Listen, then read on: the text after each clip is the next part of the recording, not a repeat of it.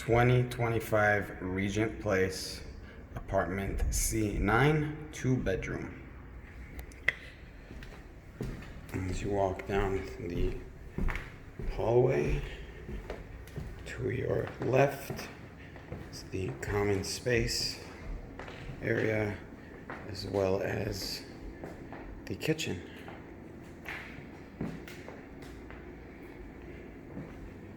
Here you have the first bedroom.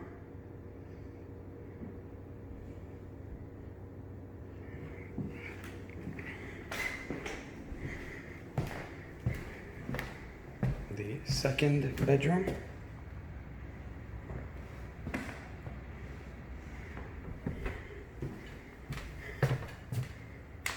And the bathroom area.